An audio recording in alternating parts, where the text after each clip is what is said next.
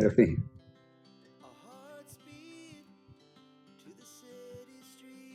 तो सबसे पहली बात ब्रह्मचर्य क्या है, ठीक है।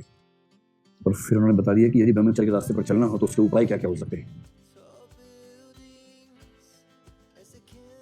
तो ब्रह्मचर्य का सामान्य मतलब एक तो मन वचन कर्म तो लिखना ही शुरू में, है ना। तो क्या है, मन वचन तथा कर्म से। तो शुरुआत में ये तो गीत की स्थाई कितना लिखिए, मन वचन तथा कर्म से। तो ऐसा बोल गए, सभी स्थानों पर तथा सभी समयों में अपने इंद्रियों पर पूर्ण नियंत्रण व संयम ब्रह्मचर्य है। अब लिखिए, मन वचन कर्म से इंद्रियों पर कठोर नियंत्रण, इंद्रियों पर नियंत्रण प्लस मानसिक संयम। मन संयम में हो, इंद्रियां नियंत्रण में हो और मन वचन कर्म से हो, तो हम कह सकते हैं कि ये जो व्यक्ति है सच्चा ब्रह्मचारी है, ब्रह्मचर्य के रास्ते पर चलने वाला व्यक्ति है, ठीक है। गांधी जी का मानना था कि बहुत ही उचित और जरूरी उपाय है। भारत में कई लोग ऐसा मानते रहे हैं, पहले भी, आज भी मानते हैं। मुझे पता नहीं बात सच है कि झूठ है, मुझे भरोसा कम नहीं होता ऐसी बातों पर, लेकिन ऐसा कई लोग कह रहे हैं, तो पता नहीं। आपको ऐसा कुछ प्रमाण कहीं मिला रिसर्च में कि जो लोग ब्रह्मचर्य का पालन करते थे उनकी जीवन प्रत्याशा ज्यादा हो गई हो या उनका स्वास्थ्य ज्यादा अच्छा रहा हो, ऐसा कुछ? तो ऐसी रिसर्च पढ़ी आपने साइंस वगैरह में? नहीं पढ़ी, मैंने भी नहीं पढ़ी। और मैं देखता हूँ कि पश्चिम के लोग, जापान, अमेरिका, इन सब देशों के लोग ब्रह्मचर्य में यकीन नहीं रखते हैं आमतौर पर, और कुछ और फैक्टर्स भी हैं, लेकिन सामान्यतः उनका स्वास्थ्य का इंडेक्स, जीवन प्रत्याशा का इंडेक्स उनसे बेहतर ही है। आप कह सकते हैं कि भारत में गरीबी है, पिछड़ापन है, स्वास्थ्य असुरक्षाएं हैं, वो भी फैक्टर है, लेकिन कोई कंक्लूसिव हमारे पास प्रमाण नहीं है। ये कहने कि पतंजलि सूत्र में, योग सूत्र में लिखा है, पतंजलि द्वारा लिखित योग सूत्र में लिखा है कि ब्रह्मचर्य का सही पालन करने से व्यक्ति की स्मृति बहुत अच्छी हो जाती है। लेकिन स्मृति से क्या होगा? अगर आपको ज्यादा याद रहता भी है और जीवन की सहजताएं सारी खत्म हो गई, तो याद करके भी क्या करोगे उसके बाद? बौद्धिक क्षमता बढ़ जाती है, आध्यात्मिक क्षमता बढ़ जाती है, बढ़ा लो भाई, ठीक है। योग सूत्र में पतंजलि जी कह गए हैं तो अच्छी बात है। मुझे डर लगता है कि ये सब क्लास में ना ऐसा ना हो कि बच्चे इन सब बातों को दिल से लगाने की बहुत अच्छा है, तो मतलब महात्मा गांधी कह गए हैं, ठीक है, उन्होंने ऐसा बताया। चलिए, ये सब करने से व्यक्ति में आत्मबल ज्यादा रहता है, नैतिक बल बढ़ जाता है और व्यक्ति जल्दी विचलित नहीं होता है। तो क्या क्या बढ़ गया? आत्मबल, नैतिक बल कम, क्या हो गया? विचलन कम हो गया। इससे चरित्र की मजबूती आती है, चरित्र की मजबूती होती है, तो चरित्र की मजबूती बढ़ जाती है। मतलब ब्रह्मचर्य का मतलब ये है कि ऐंद्रिक सुखों का जो सेवन है वो सीमित मात्रा में हो, संयमित मात्रा में हो, ठीक तरीके से हो, तो इससे अच्छी तो बात ही नहीं है। पर अगर इसका मतलब ये है कि व्यक्ति को अपनी सहजताओं से दूर हो जाना चाहिए, तो ये थोड़ा सा चिंतित करने वाला प्रसंग हो सकता है, लेकिन इस पर बल भारतीय परंपरा में ठीक ठाक दिया गया है।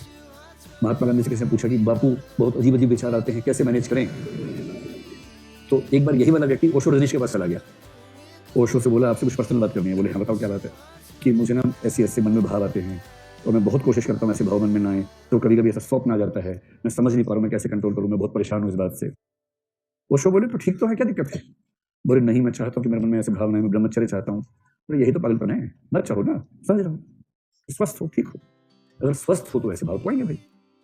तो अगर किसी व्यक्ति के उस उम्र में, जिस उम्र में ऐसे भाव आने स्वाभाविक माने जाते हैं, 5 साल का बच्चा ऐसी बात करे तो खराब लगेगा पूरा, ये ज्यादा ही हो गया, ये तो बहुत ही ज्यादा हो गया। लेकिन टीनेजर है, 14, 15, 16, 18 साल के बाद का बच्चा है, और कम से कम 25-30 की उम्र तक का सामान्य व्यक्ति है, अगर उसके मन में ऐसे भाव प्रबल रूप में आते हैं तो ठीक है।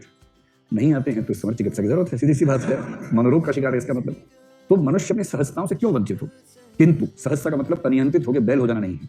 छोटा बैल होने में और सहज मनुष्य होने में अंतर होता है। तो मनुष्य सहज हो, किंतु जैसे बोलते हैं ना, तेन त्यक्तेन भुंजी था, त्याग पूर्वक भोग करो। जीवन में सुख जो है उनको उतनी ही मात्रा में कंज्यूम करना चाहिए जितने मानसिक स्वास्थ्य के लिए, सामूहिकता के लिए, सामाजिकता के लिए सुरक्षित है, इतना हो तो ठीक है।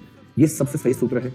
इसके इस तरफ जैन है, उस तरफ चार्वाक बैठे हुए हैं, तो ना चार्वाक होने की जरूरत है, ना जैन होने की जरूरत है, ना सहज रास्ता, ठीक है। उपाय बता गए हैं, ध्यान से समझ लीजिए इन उपायों को, ठीक है। पहला उपाय है तामसिक भोजन से बचना है। तामसिक भोजन का मतलब जो भोजन दिमाग खराब करता हो, ऐसा भोजन। तो जैसे कुछ लोग बोलते हैं प्याज लहसुन भी वैसा है, मिर्च वैसा भोजन है, मसालेदार भोजन वैसा भोजन है। हाँ, डेमोग्राफी में कुछ लोग ऐसा मानते हैं, और शायद सही मानते हैं, कि आप वैसा ही सोचेंगे जैसा भोजन करेंगे। ये बात एब्सोल्यूट सेंस में तो सही नहीं है, लेकिन कुछ हद तक सही है। आपके भोजन की प्रकृति से, मतलब शरीर की प्रकृति तय हो जाती है, मोटापा है या नहीं है, न्यूट्रिशन कैसे, वो तो होता ही है। आपके भोजन की सात्विकता से विचारों की सात्विकता का लिंक भी होता है, ऐसा बहुत लोग मानते हैं और क्लेम तो करते हैं। यदि तामसिक भोजन ज्यादा होगा तो वो हमारी वैसी प्रवृत्तियों को भड़काएगा, उत्तेजनाओं को भड़काएगा। यदि भोजन सात्विक है तो वो उत्तेजनाओं को शमित करेगा, शांत करेगा, और इसलिए उस व्यक्ति की इच्छाओं में, इंटेंसिटी ऑफ इच्छाओं में अंतर दिखेगा। इसलिए पहली बात बोल रहे हैं कि तामसिक भोजन नहीं करना है। दूसरी बात कह रहे हैं कि जो चीजें उत्तेजना पैदा करती हैं, उत्तेजक क्या क्या, उत्तेजक दृश्य हो सकता है, उत्तेजक गंध हो सकती है, उत्तेजक स्थितियां हो सकती हैं, उत्तेजक, अब इसमें क्या हो सकता है, कोई पुस्तक भी हो सकती है जो टेक्स्ट को बेशक उसमें उत्तेजना पैदा करने वाले दृश्यों से, पुस्तकों से, वस्तुओं से, दृश्यों से, गंधों से, वस्तु भी लिख लीजिए, कोई वस्तु भी ऐसी हो सकती है। तो जो चीजें उत्तेजना पैदा करें उनसे यथासंभव दूरी बना के रखनी है। तो ये भी सूत्र दे गए हैं, ठीक है।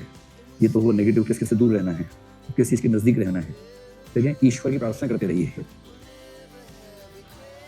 जब जब ऐसा भाव आए, हे भगवान, हे भगवान, हे भगवान, हे भगवान, इस भाव से ईश्वर आपको बचा लेंगे, ये भाव रखिए। फिर पवित्र विचारों का चिंतन मनन करते रहिए हमेशा। पवित्र विचार, जैसे ही किसी को लेकर मन में भाव आए, देश को बीच में लाओ कि देश को बचाना है, और देश को बचाने के लिए ऐसी बातों से दूर रहना है। इससे तुरंत उस समय के लिए तात्कालिक शांति मिल जाती है, फिर आप पवित्र विचारों के साथ आगे चल सकते हैं। और अंत में तो ऐसा बोल रहे हैं कि स्वाध्याय और सामाजिक हित में लगातार लगे रहने से ऐसे विचार आते ही कम है। कोई एनजीओ ज्वाइन कर लीजिए, रात दिन समाज के हित में काम कीजिए, ऐसे भाव आएंगे ही नहीं। हालांकि कई लोग वहां भी कुछ व्यवस्था निकाल लेते हैं कि वही एनजीओ में गए, आंदोलन में गए, वही अपना आंदोलन हो गया, दोस्ती हो गई, वही मोहब्बत हो गई। लेकिन मूल प्रकृति वही है ना। उस मूल प्रकृति वाला इंसान जहां भी जाएगा वही रास्ता निकालेगा कहीं ना कहीं, क्योंकि मूल नेचर कैसे चेंज करेगी आप किसी की। चलिए, और मैं आपसे कहा था गांधी जी ने कुछ ऐसे प्रयोग किए थे, बहुत खराब टाइप के प्रयोग किए थे। कभी जीवन में मौका मिले किताब पढ़ लीजिएगा। उस किताब का नाम, लेखक का नाम है शंकर शरण। आज ही देखिए गूगल पे, कौन सा, अमेज़न से मंगवाते हैं, फ्लिपकार्ट, जो भी जिससे मंगवाते हैं, शंकर शरण के नाम से देखिएगा। उनकी किताब है गांधी के ब्रह्मचर्य के प्रयोग। उसमें करीब 100-150 पेज की किताब में पूरा बताया गया गांधी जी ने कैसे कैसे प्रयोग किए थे। और अच्छी बात यह है कि गांधी जी के अपने जो पत्र थे उन्हीं को रेफरेंस के रूप में इस्तेमाल किया गया है। गांधी जी मतलब महात्मा गांधी के ब्रह्मचर्य के प्रयोग, ऐसा कुछ नाम है। गांधी जी कितने ईमानदार आदमी थे, लेकिन मानना पड़ेगा यार, उन्होंने ऐसी गलतियां जो कि उसको भी पत्र के रूप में लिख के चले गए हैं। महान नेताओं को पत्र लिखा कि मैंने ऐसा प्रयोग किया है, मैं इस प्रयोग को आगे बढ़ाना चाहता हूँ, इस तरह का।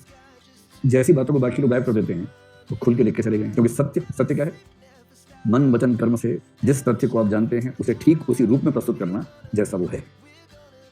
गांधी जी का मजाक करना अलग बात है, गांधी जी बनने के लिए बहुत बड़ा जिगर चाहिए, 86 इंच का जिगर चाहिए, 56 से नहीं होगा।